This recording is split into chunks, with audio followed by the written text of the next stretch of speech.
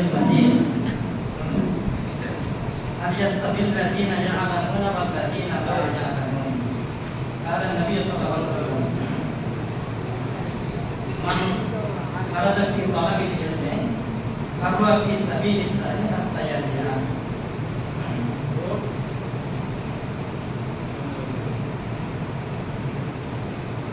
উপস্থিত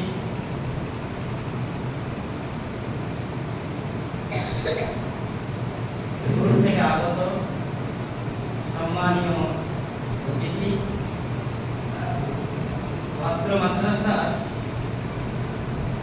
শিক্ষকবৃন্দ এবং জাতির ভবিষ্যৎ ছাত্র মাদ্রাসার ছাত্র ও ছাত্রীবৃন্দ,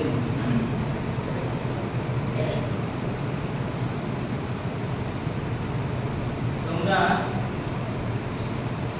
গতকালকে থেকে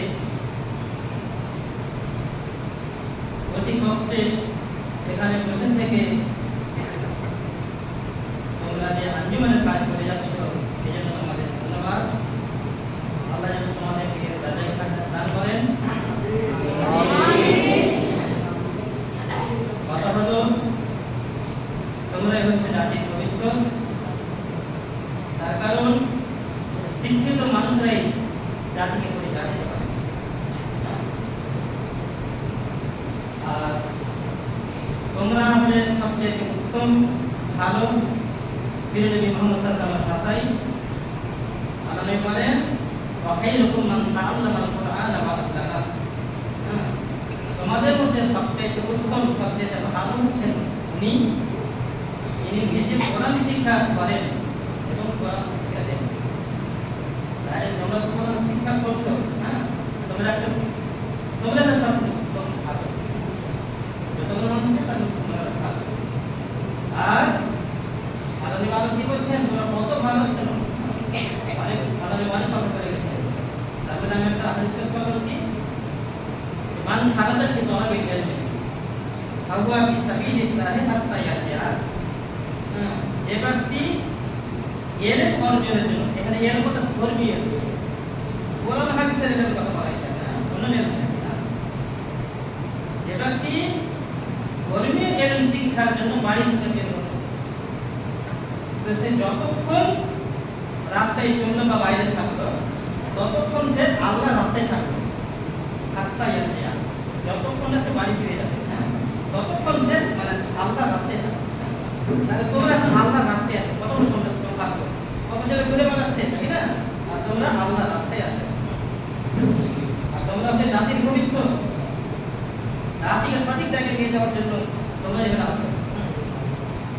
কথা হচ্ছে তোমরা পড়াশোনা করতে এসেছো, ভালোভাবে পড়াশোনা করো, মনোযোগ দিয়ে পড়ো, ভালোভাবে বোঝার চেষ্টা করো, নিজে উন্নত হও, জাতিকে উন্নত করার চেষ্টা করো।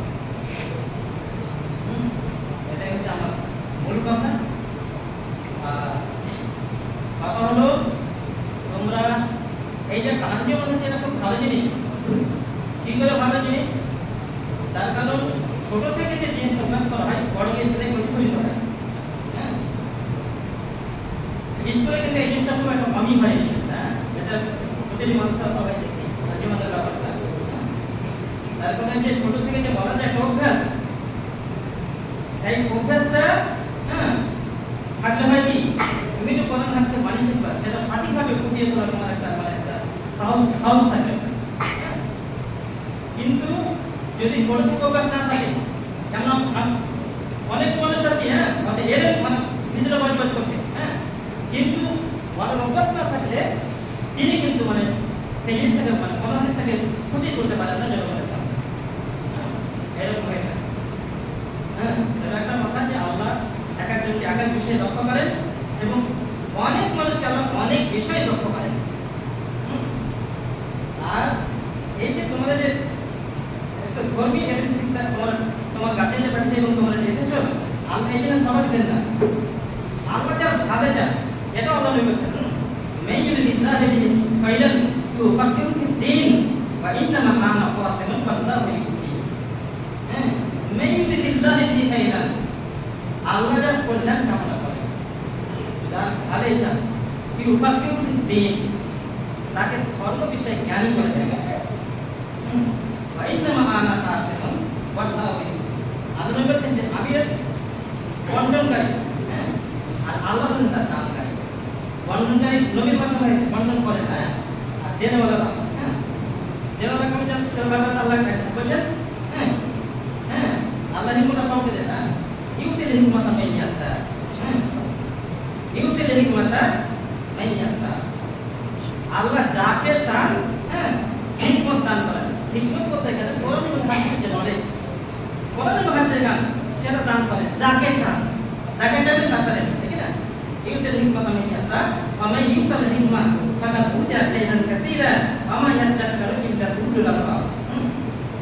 ওয়া মান ইউতিল হিকমা, আর যাকে কোরআন হাদিসের জ্ঞান দান করা হয়, ফাকাদ উতিয়া খায়রান কাসীরা, তোমাকে অনেক রকমের কল্যাণ দেওয়া হয়, অনেক রকমের খাবার ওকে দেওয়া হয়। আমায়াত যাক্কারু ইল্লা উলুল আলবাব। কিন্তু এটা সবাই বুঝতে পারে না, যার ব্রেন আছে, মাথা আছে, উনি বুঝতে পারেন না, সাধারণ লোকেরা বুঝতে পারে না। এর মধ্যে নাম আছে জানেন না, এক আরবি বই বলছে, হ্যাঁ, কামিয়ার পড়ে গেল মানে আস্তে আস্তে জানালো পাবে, হ্যাঁ, এর এমন একটা জিনিস মানুষকে সম্মানের উচ্চ শিখরে উঠিয়ে দেয়, হ্যাঁ, উচ্চ শিখরে উঠিয়ে দেয়।